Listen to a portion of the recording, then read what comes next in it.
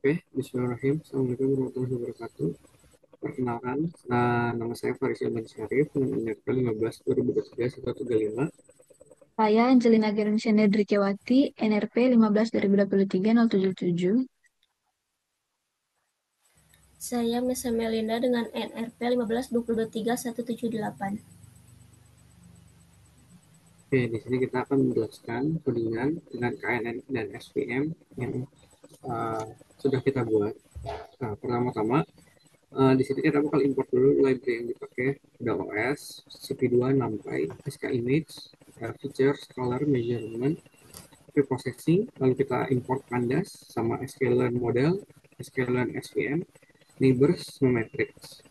Nah, habis itu kita buat si kelasnya dulu, namanya waste image classifier. Dimana di dalamnya kita buat dulu array kosong sama kayak yang sebelumnya.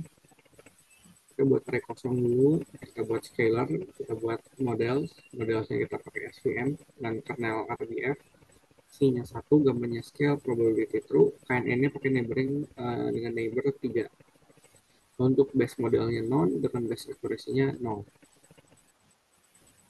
Lanjut ke extract color features. Ini kita ekstraksi fitur histogram, RGB, sama ASV, sama statistik warna.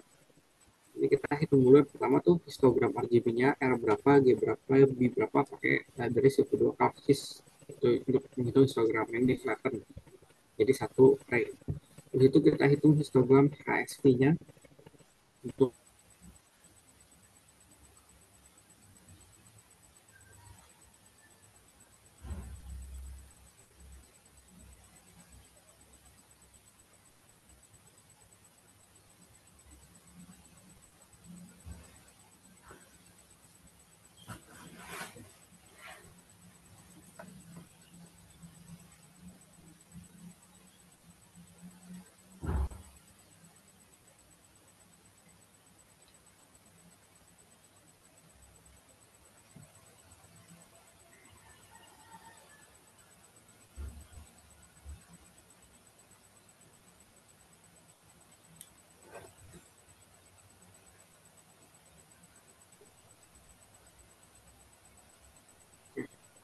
halo, halo. Sorry ya, tadi ada kesalahan teknis. Dilanjut aja.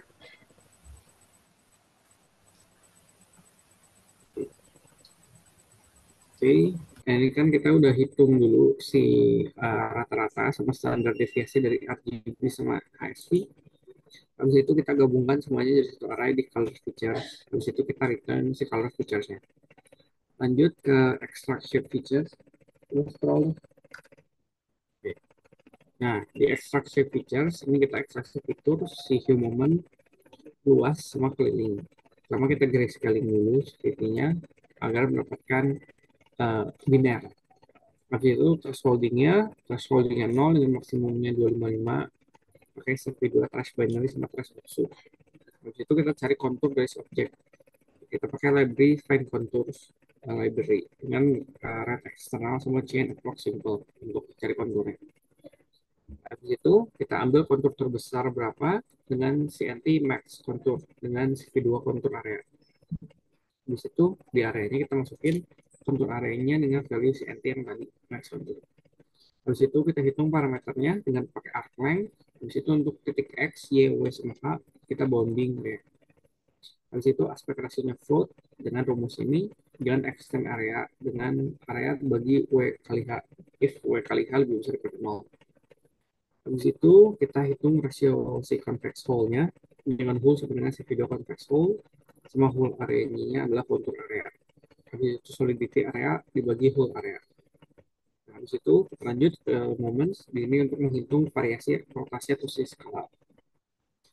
Nah, di Q moment video ini kita hitung Q momennya, lalu di akhirnya kita gabungkan jadi array dengan shape features dengan efek concentrate, di mana isinya ada area, parameter, aspek ratio, extend, solidity, sama hue moment. Di itu kita return shape features. Lalu ada extract features, texture features. Nah, di sini kita menghitung GLCM, LBP, sama entropy. Pertama kita grayscaling dulu si gambarnya. Habis itu kita memastikan gray minimum sama dengan gray maksimum. Baru kita return. Baru kita try dengan GLCM. Kita pakai gray level concurrence matrix, di mana GLCM-nya itu distance-nya 1, angle-nya 0, dengan level 256, dan symmetric true, dan no-map true. Habis itu kita hitung kontrasnya, kita hitung dissimilarity-nya, homogeneity-nya, energy-nya, sama correlation-nya. Pakai GLCM. Kalau misalnya value-nya error, maka kita akan isi aja value-nya 0. Habis itu kita buat variable radius sama endpoint. Radiusnya 3, endpoint-nya 8 kali radius. Lalu kita hitung LBP, local binary pattern. Di mana LBP ini eh, kita menggunakan endpoints, radius, sama metodenya itu uniform. Lalu kita hitung LBP histogramnya, lalu habis itu kita normalisasi, habis itu kita hitung entropi dari gambar si grayscale. Entropinya sama dengan Shannon entropi dari si objek grayscale. Habis itu kita gabungkan semua di texture features dengan kontras, dissimilarity, homogeneity, energy, correlation, sama LBP histogram. Habis itu kita return. Oke, selanjutnya akan dijelaskan oleh rekan saya. Silakan. Nah, selanjutnya di sini ada fungsi preprocess image. Sebenarnya ini sama seperti fungsi yang ada di turingan sebelumnya. Cuma di sini, jadi ini tuh untuk membaca dan melakukan processing dasar pada gambar. Jadi dia baca gambarnya, kemudian kalau gambarnya nggak ada, nanti dia kembalikan. Lalu di sini kita ubah eh, formatnya dari BJR ke RGB. Kemudian di sini kita mencari dimensi terkecil dari gambar atau tinggi dan atau lebarnya. Jadi jika dimensi terkecil kurang dari 50 pixel, gambar di resize ke 100 kali 100. Kalau jika tidak, gambar di resize ke 256 kali 256. Dan ini tuh untuk memastikan semua gambar memiliki ukuran yang konsisten dan cukup besar untuk diproses. Nah, lanjut untuk proses image. Ini tuh untuk memproses semua gambar dalam sebuah folder dan mengekstrak berbagai jenis fitur dari setiap gambar. Nah, jadi yang di sini tuh untuk validasi si foldernya. Lalu ada ulangan mengecek apakah folder yang diberikan benar-benar ada. Jadi jika foldernya tidak ada, maka akan melakukan peringatan dan menghentikan proses. Lalu kemudian di sini eh, ada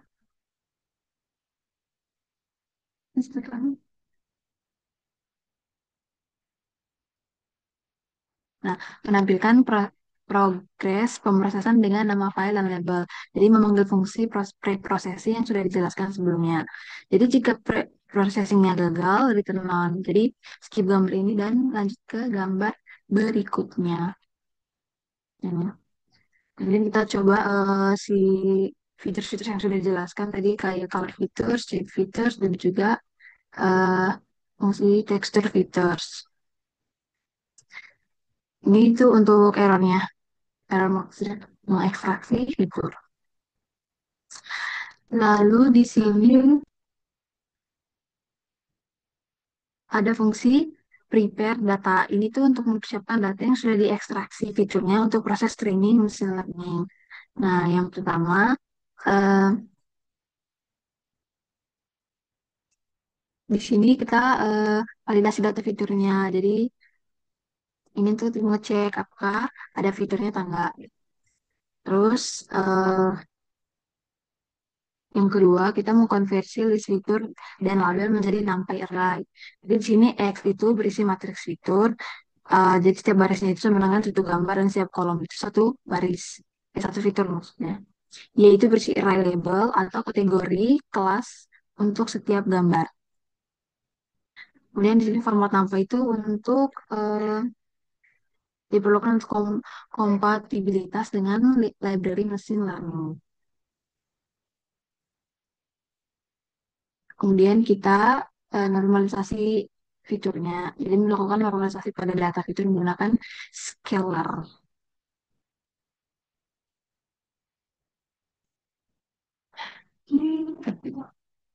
Oke.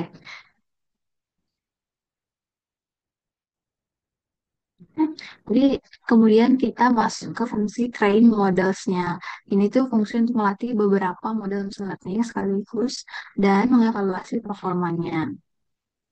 Yang pertama di sini kita mengambil fungsi prepare data yang sudah dijelaskan tadi dengan menggunakan try expect untuk menangkap si errornya.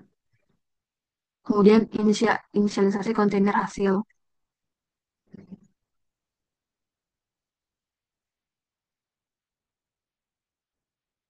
Jadi ini itu untuk dictionary untuk menyimpan hasil eh, evaluasi semua model. Kemudian ada loop training multiple models. Jadi iterasi melalui semua model yang ada di self models. Self models ini kemungkinan berisi beberapa algoritma seperti SVM dan juga KKN dan ada yang lain-lainnya. Kemudian menampilkan progress training untuk setiap eh, modelnya.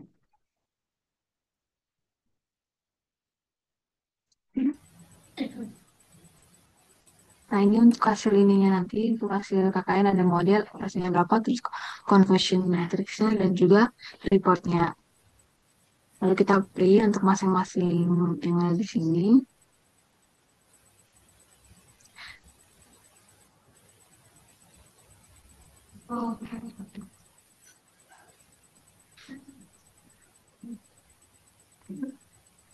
Kemudian akan, oh ya, sebelum itu di sini ada if accuracy lebih besar dari self-base. Ini tuh untuk membandingkan akurasi model dengan model terbaik sebelumnya. Kemudian menyimpan model dengan akurasi tertinggi sebagai self-base model berguna untuk deployment atau prediksi selanjutnya. Selanjutnya akan dijelaskan oleh rekan saya. Selanjutnya ada fungsi save fitur to CSP. Fungsi ini tuh tujuannya itu buat nyimpan semua fitur hasil ekstraksi, baik itu warna, bentuk, tekstur ke dalam file CSP agar bisa digunain buat pelatihan model lebih lanjut, analisis maupun dokumentasi. Untuk langkahnya itu pada fungsi ini tuh yang pertama itu ngecek apakah data fitur tersedia. Jika belum ada fitur atau sel fiturnya kosong, maka program tuh bakal berhenti proses, bakal berhenti memprosesnya. Ini tuh buat mencegah penyimpanan CSP kosong. Langkah selanjutnya itu kolom fitur. Misalnya jika jumlah fiturnya itu ada 36, maka kolomnya itu dimulai dari fitur 0 sampai fitur 35. Selanjutnya itu ada nambahin label kategori. Labelnya itu tuh diambil dari save labels dan ditambahin sebagai kolom label di akhir data frame-nya. Selanjutnya filenya itu akan disimpan ke CSP yang isinya itu semua vektor, fitur, dan labelnya. Lalu disimpannya itu tanpa indeks. Selanjutnya ada fungsi predict image. Fungsi ini tuh tujuannya itu buat ngeprediksi jenis sampah dari satu gambar baru yang diinputkan oleh kita sebagai pengguna. Adapun langkah-langkah pada bagian fungsi ini tuh yang pertama validasi model. Ngecek apakah self-based model itu hasil pelatihan SPM atau model terbaiknya itu sudah tersedia atau belum. Selanjutnya itu processing. Jadi gambar itu diproses menggunakan pre-process image. Selanjutnya itu ekstraksi fitur dari gambar baru, yang dimana kalau warna itu pakai extra color fitur, kalau bentuk itu pakai extra shape fitur, tekstur itu pakai extra tekstur fitur. Semua fiturnya itu digabung pakai np concatenate. Selanjutnya itu ada skalakan fitur. Itu tuh pakai self scalar transform. Ini tuh biar nilai fiturnya itu berada dalam skala yang sama dengan data pelatihan. Selanjutnya itu ada prediksi dan probabilitas. Prediksi label ini tuh dilakuin pakai self-based model predict. Probabilitas kelasnya itu ditampilin pakai predict proba. Selanjutnya itu bakal ngembaliin hasil. Hasilnya itu berupa prediction itu kategori, misalnya plastik. Sedangkan predict itu dictionary probabilitas buat setiap kelas, misalnya plastik 80%, paper 10%, organik 10%. Adapun fungsi main ini tuh buat ngejalanin programnya yang dimana classifier sama dengan lost image classifier ini tuh buat objek klasifikasi citra sampahnya. Selanjutnya di bawahnya itu ada kategori itu tuh buat ngatur datasetnya. Sedangkan kalau classifier proses image itu buat setiap gambar di setiap foldernya itu biar sistem itu ngelakuin ekstraksi fitur dan nyimpennya. Sedangkan for loop-nya itu jika tidak ada gambar yang berhasil diprosesnya itu maka akan prosesnya itu akan berhenti. Selanjutnya filenya itu disimpan ke CSV. Sedangkan kalau yang result sama dengan classifier train model itu buat melatih semua model yang tersedia dalam SPM dan KNN-nya. Selanjutnya tes image path itu tuh kita tuh bakal diminta masukin path gambar. Jadi sistemnya itu bakal ngelakuin prediksi dan nampilin hasilnya serta probabilitasnya itu tiap kelas. Kita akan langsung saja coba mengeran untuk program yang ini. Oke, sebelumnya aku bakal share screen. Ini boleh di close.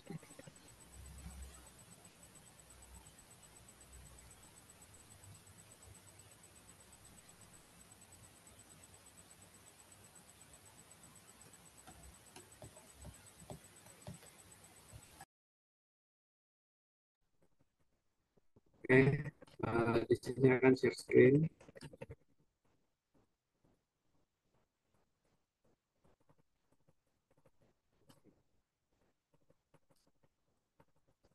Apakah udah ada? Udah? Oke. Jadi di sini kita si modelnya kita training dulu. Sorry. Modelnya kita training dulu dengan ribuan gambar per organik sama ada plastik. Jadi itu untuk yang SPM itu punya akurasi di 0,93 dengan classification report 0,94 precisionnya, paper 0,89 precisionnya, dan plastik 0,4 dengan akurasi mark average-nya di 0,89 dan weight average-nya di 0,92. Nah, ini untuk application ini. Lalu KNN akurasinya di 0,91 dengan klasifikasinya di organik 0,93, di paper 0,92, dan di plastik 0,79. Lalu untuk yang akurasi macro average itu di 0,8, average di 0,91 dan maximum average. Lalu kita masukkan gambar yang kita uji. Di sini saya punya gambar underscore uji. Ini kita keluar nih probabilitasnya. Organik itu 95%, 0,08%, dengan plastik 4,4%. Lalu untuk gambar yang lain kita coba lagi nih. Gambar lain menghasilkan kategorinya adalah plastik dengan probabilitas organik 0%, 0%, dan plastik 90%. Ini bisa kami jelaskan